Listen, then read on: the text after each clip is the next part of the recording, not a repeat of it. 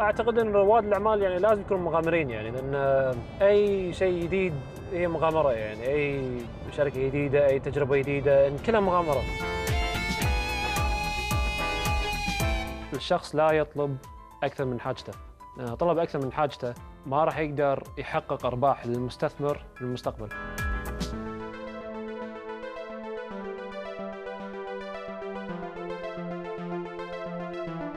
اسمي بدر البدر. تخرجت من جامعة ميشيغان ب 2005. بعدها اشتغلت سنتين في مجال التحليل المالي. ب 2011 قدمت على ماجستير في جامعة ييل للعلوم الإدارية.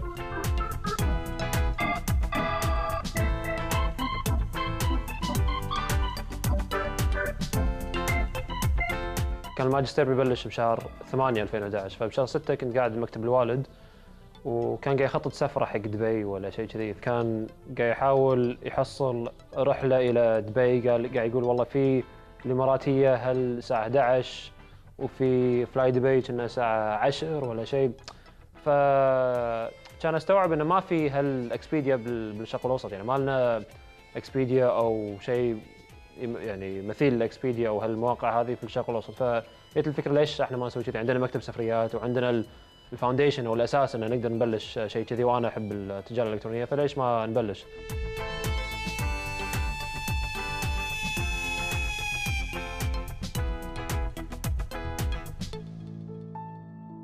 أنا بدر رضان، كو فاوندر في رحلات دوت كوم، مع شريكي بدر البدر وهو فاوندر مال الرحلات. نعرف بعض احنا من 10 إلى 15 سنة. من العمر هذا نقط بينه فترة بين بعض احنا أفكار جديدة تصير، مشاريع لما ندخل عليها. بعد التخرج صادفته بالكويت وطرح علي فكرة رحلات، نجذبت فيها حبيتها وقررنا أن ندخل فيها. رحلات منصة إلكترونية وتطبيق لحجز تذاكر الطيران والفنادق. في عام 2013 أسس رائد الأعمال الكويتي بدر البدر مع أفراد من عائلته وشريكه بدر الرودهان تطبيق رحلات. يقدم تطبيق رحلات خدمة البحث والحجز لتذاكر الطيران والفنادق عبر خدمة متعددة اللغات وطرق دفع إلكتروني آمنة. واجهت رحلات تحديات تمثلت في صعوبة المنافسة بسبب وجود تنافس قوي عالمياً وإقليمياً في هذا المجال، إضافة إلى التحديات التقنية والفنية لمنصتها الإلكترونية. استطاعت رحلات المنافسة من خلال التعاقد مع عدد كبير من شركات الطيران لتوفير عروض تنافسية للعملاء، مع توفير فريق مدرب يعمل من مكتبها بالهند. كما عينت فريقاً من التقنيين والمبرمجين لضمان التحديث المستمر للمنصة. في عام 2014 استطاعت رحلات التوسع خارج الكويت بتأسيس مكاتبها في مصر والسعودية والإمارات، ليصل فريق العمل إلى 100 موظف. وصل عدد زوار منصة رحلات إلى 8 ملايين زائر عام 2016، ليرتفع هذا العدد منذ بداية العام 2017 إلى 1.5 مليون زائر شهرياً، لتصبح رحلات واحدة من أسرع منصات حجوزات السفر نمواً في الشرق الأوسط.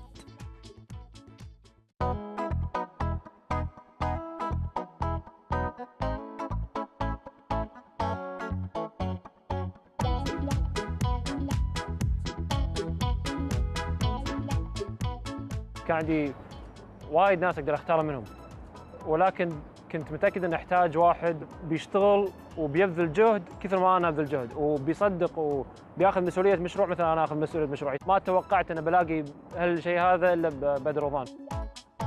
لما بدر يعني بالفكره طرح علي هالمشروع، المشروع هذا كونه مو موجود لا بالكويت ولا الدول الخليج، جذبني طرح المشروع هذا، ومن ثم المشروع نفسه هذا يتطور يصير سكيلبل.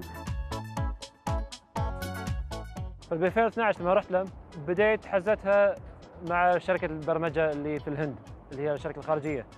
ب 2013 بدينا نبيع، هم ما كان في ذاك الشغل بالبدايه، لانه كان في بس ان كم بيعه يمكن 3 حجوزات باليوم 7 بالكثير، فكان في شغل بس انه يعني كان هادي الوضع. بس ب 2014 لما قلت لا لازم ناسس اول شيء مكتب في دبي، لان كنا نبي نتوسع ولازم ناسس مكتب في الهند، لأن كنا محتاجين فريق كامل لما نأسس مكتب في مصر. عدنا أفكارنا وأسسنا شركة وجبنا موظفين جدد وسوينا كل شيء إن هاوس داخل الشركة. والحكي هذا بلشنا فيه من 2015، خلصنا على شهر 1 2016. الحمد لله على شهر 2 2016 سوينا اللانش حق يقول لك الأوفيشال رحلات.com.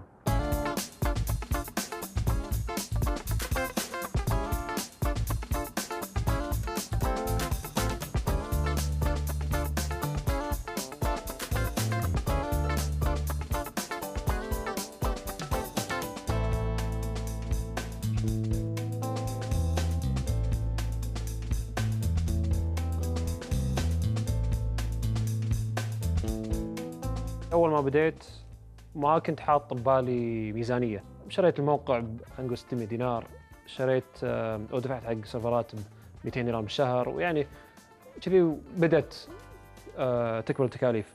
فأعتقد وصل المبلغ حوالي يعني 20,000 دينار، هذه من الفلوس الخاصة. وما كان عندي خوف على 20,000 لأن أدري إنه وراي ظهر، وأدري إنه وراي إن الأهل واثقين فيني وواثقين بالاختيار هذا.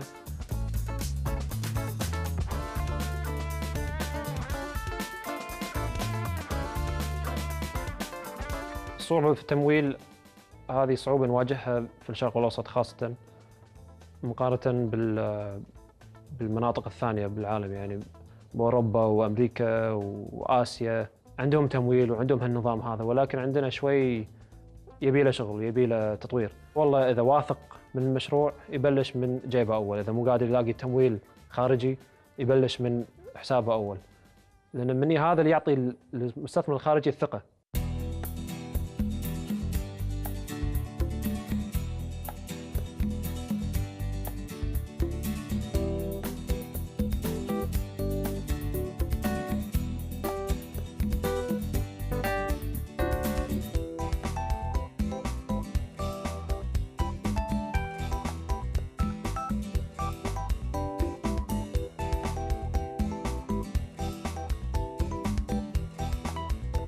لما كنا نختار كل موظف كنا محتاجين انه يكون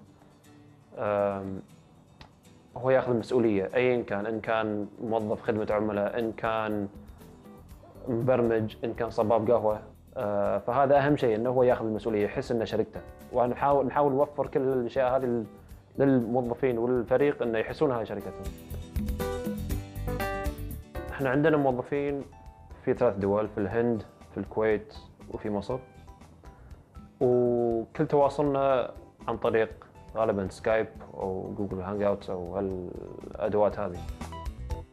عندنا قسم العمليات اولا، وهو اللي يتاكد ان مثلا والله في الغاء حجز او تغيير حجز، ايا كان اي طلب من الزبون. الفائده اللي نوفرها للزبون هو اغلبها خدمه عملاء، غير انه بس تذاكر او اسعار وكذا او حجز فنادق. القسم اللي بعده هو البرمجه، واللي يتاكد ان المنتج شغال عدل، او المنتج يعني افضل من غيره. في عندنا اداره المنتج واداره الاداره التجاريه، هم يتاكدون ان اسعارنا زينه ومدخولنا زين وان المنتج نفسه مفيد للزبون. وعندنا بعد هو القسم المالي. القسم المالي هو طبعا يعني هو الاساس في كل شركه، وهذه اغلب الاقسام اللي عندنا يعني.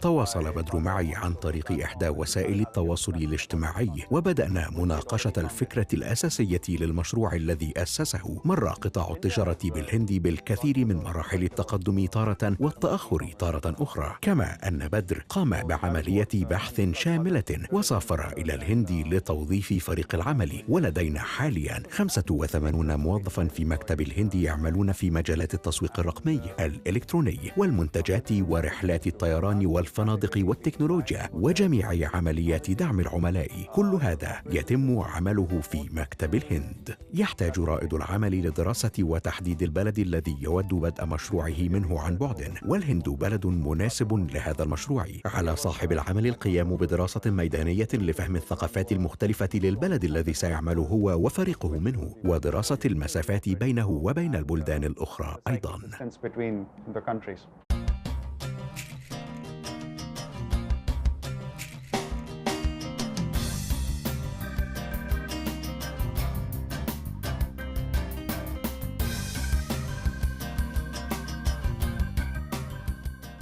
البزنس موديل مع الرحلات هو اغلبها من الكوميشن المحصله او العموله المحصله من الشركات نتعامل معها، ان كان شركه طيران، ان كان مزود اي نوع خدمه، ان كان فندق.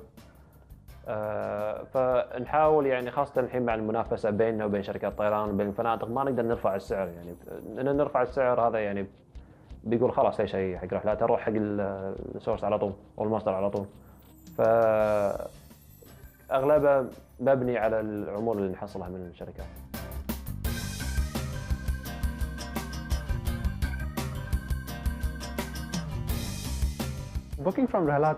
الحجز على تطبيق رحلات سهل للغاية. على العميل تحديد وجهة سفره واختيار تاريخ السفر، ونحن نقوم بعرض جميع النتائج له بالتفصيل. يختار العميل رحلة السفر المناسبة له، كما بإمكانه التحقق من وزن الحقائب المسموح به وقراءة تعليمات إلغاء الرحلات إن تطلب الأمر، ثم يختار طريقة الدفع، وهذا كل شيء.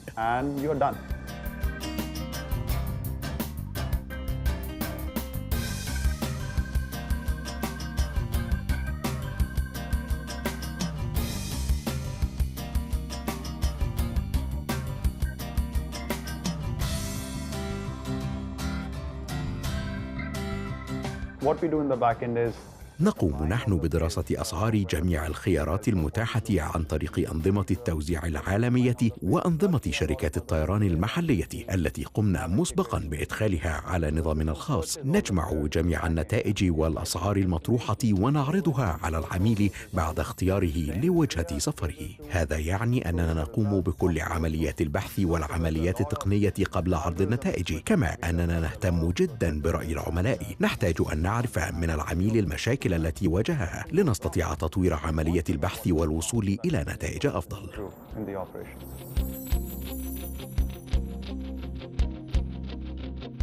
خدمة العملاء عندنا شيء رئيسي هذا، لأن هذا خلينا نسميه احنا the other side of الموقع نفسه.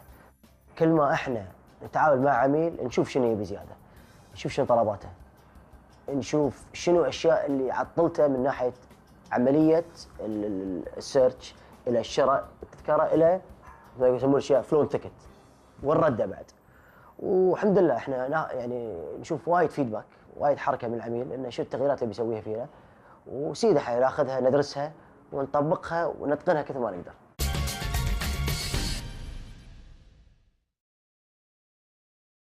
رأس المال وفقاً لدورة حياة المشروع. لا مشروع بدون رأس مال، هذه حقيقة، إلا أن مصادر رأس المال هذا تتنوع طبقاً لدورة حياة أي مشروع. في مراحل المشروع المبكرة يعتمد رواد الأعمال على المستثمرين الملائكيين Angel Investors، والذين يقدمون الدعم المالي للمشروع في شكل أقرب للقرض الحسن دون الحصول على عوائد تذكر.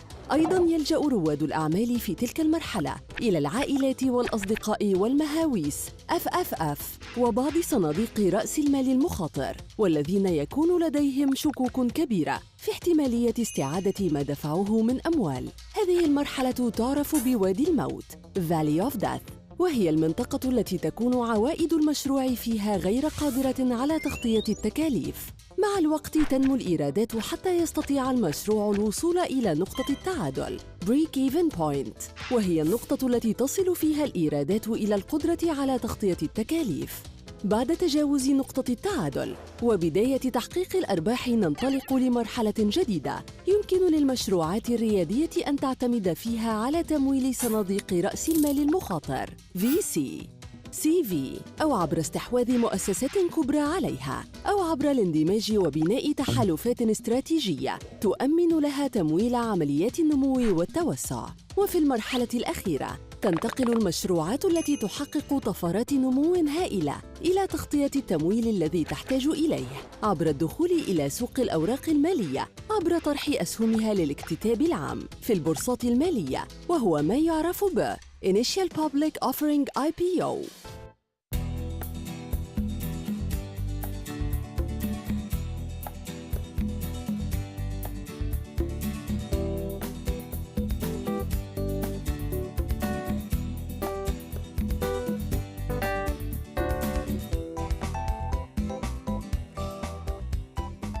في البداية كنت حاط دعاية بسيطة على موقع إخباري الوافدين في الكويت.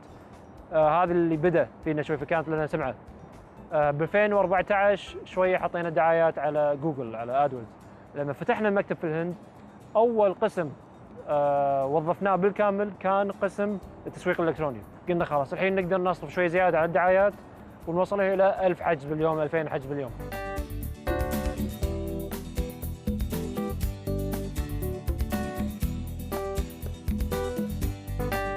احنا عندنا علاقات مع جميع الطيران، علاقات دائمه وياهم، هم يولنا حق عروض جديده، والعكس صحيح. يعني احنا نقعد وياهم على الاقل مره بالسنه، هذا اقل شيء، هذا ان نشوف شنو عروض جديده، شنو ديستنيشن جديد مالهم، عشان احنا نقدر نسوق مواضعنا. يعني ماركتنج 101، يعني تبين انت تجذب العميل.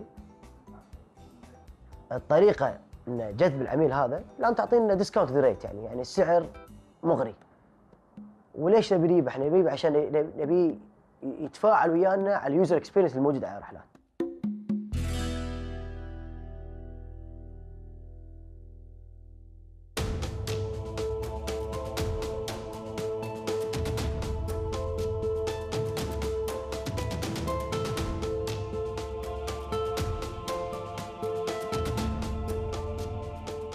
والله العقبات اللي نواجهها يعني، او اللي واجهناها قبل ونواجهها الحين، واعتقد كل واحد يواجهها، ان طريقة الدفع. وهذا اعتقد كل موقع الكتروني يشتغل بالتجارة الالكترونية يواجه المشكلة. يعني مثلا الحين في دول في الشرق الاوسط نبي ندش الدول هذه، ولها سوق ولها مسافرين، ويعني سوق ممتاز وفيها عدد من الناس، يعني فيها ملايين، ولكن ما اقدر ادش لان شلون بيدفع حق التذكره؟ ما في يعني على الاقل بطاقه ائتمانيه. يعني مثلا نتكلم عن الكويت، في بطاقات خاصه بالكويت نفس كينت، سهل اي واحد اي شخص عنده حساب بنكي يدفع. ولكن يعني ان شاء الله بالمستقبل شوي شوي تتطور، او انه يلاقون بديل. فهذه اكبر مشكله نواجهها حاليا. يعني كنا بالبدايه معتمدين على شركة أخرى تبرمج لنا، وهي كان عندها شيء زاهد. فشنو كانوا يسوون؟ يروحون ياخذون المنتج مالهم ويسوقونه يبيعونه على كذا شركة. فأنا مثلا أي حل أنا أعطيتهم إياه أو أي فكرة أعطيتهم إياه، ياخذون نفس الفكرة، أنا أدفع لها فلوس، بعدين يروحون حق منافسينا ويلا هاك هذا عندنا هالأفكار وعندنا هالحلول وبس. يعني المنافسين أول ما أنا أفكر بحل، المنافسين عندهم الحل هذا. هذه كانت مشكلة كبيرة. ولكن لما كل شيء كان داخلي، خلاص حلولنا وافكارنا وكل شيء يعني داخل عندنا، وهذا اسرارنا، وما احتجنا يعني ان المنافسين يشوفونها. كنا دائما يعني كان صعب نوظف برمجيين، خاصه لان يعني كانت شركه صغيره، كنا يمكن بالكثير بالبدايه 10 اشخاص 5 اشخاص كذي. فدائما برمجيين يبون شيء مخاطره فيها قليله او واطيه. فبالبدايه عشان ما وظفنا شخصين 3 كمبرمجين كانت صعبه. ناس يقولون خلاص انا بداوم وياكم بالتاريخ الفلاني، يجي التاريخ الفلاني ولا لا، ما ندق عليه ما يشيل التليفون. بس مع الوقت لما خلاص كبر الفريق وشافوا انه في شغل الموضوع، لا قامت سهوله. يعني حصل مبرمجين نقدر نلاقيهم نقوى ونقول لا اوكي هذا نبي هذا خلاص ماكو حاجه نحس انه ضعيف ما نحتاج الموظف. ف يعني هذه المشاكل واجهناها فنيا يعني.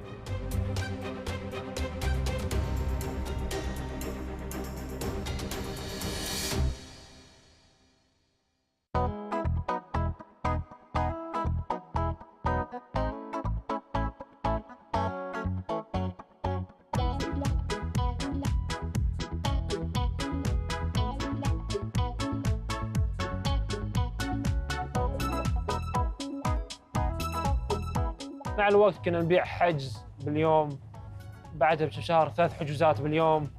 وصلنا خلاص بدينا نسوي دعايات على جوجل، وصلنا 7 حجوزات باليوم. وهذا على ما دشينا 2014 7 حجوزات باليوم. انا قلت اوكي هذا انا واصل يعني مستوى عالي. بعدها تطورنا الحمد لله، بدينا نصرف على دعايات جوجل، ووصلنا الى اليوم يعني حوالي بالالاف، حجوزاتنا بالالاف الحمد لله، يعني تنعد 1000 2000 حجز باليوم. ينعدون زوارنا حوالي 50,000 باليوم. فالحمد لله يعني وصلنا يعني شوط كبير من اول الايام لليوم. يعني عندنا حوالي قريب ال 100 موظف، بين 90 و 100 موظف بين الهند ومصر والكويت ودبي. حاليا راس مال الشركه تقولون حوالي $1 مليون.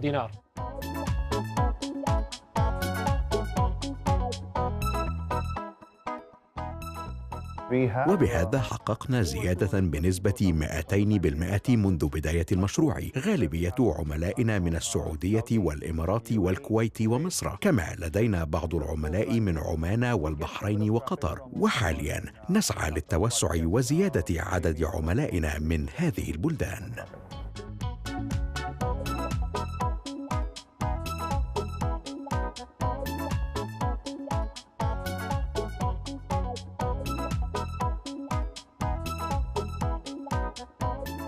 ودنا او هدفنا انه يكون الموقع المكان الاساسي للناس اللي يشترون فيه او يحجزون فيه السفر لهم. هذا هدفنا بعد هال5 سنين هال3 سنين هذه. كارقام يعني نبي نوصل، هدفنا نوصل حوالي $1 مليار مبيعات سنويا. وهذا شفنا يعني الشركات المثيله لنا في اوروبا وامريكا والهند والصين اغلبهم يعني يوصلون هالرقم، وهذا ما اشوف انه صعب يعني نهائيا، ما اشوف انه صعب، وشوفنا نقدر نوصل هالرقم عادي يعني. بس يبي له شويه شغل، يبي له شويه جهد، ويبي له وقت.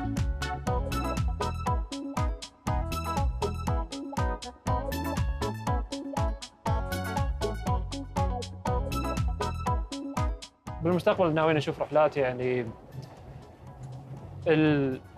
الموقع الاساسي للسياحه والسفر في الشرق الاوسط. يعني نبي يكون عندنا التأسيس في السعودية والكويت ومصر والإمارات وكل دول الخليج. عندما نناقش أمور العمل نحن كفريق مشروع رحلات، أرى أننا سنتوسع لنصبح أفضل وكالة سفريات على الإنترنت في منطقة الشرق الأوسط والبلدان المجاورة. نعم، سنصبح الأفضل. إذا بعطي نصيحة حق رواد الأعمال، يخلي يركز خطوة خطوة، لا يركز أول شيء على الربح. لأن أوكي الربح يمكن ولازم يكون طريق واضح للربح. يعني لازم خطوة خطوة. أول شيء يجذب الناس، يكون المنتج ماله زين. إذا موقع يكون الموقع زين، إذا تطبيق يكون تطبيق زين، خدمة عملاء تكون زينة. خطوة خطوة، بعدين يركز على والله إنه يكبر.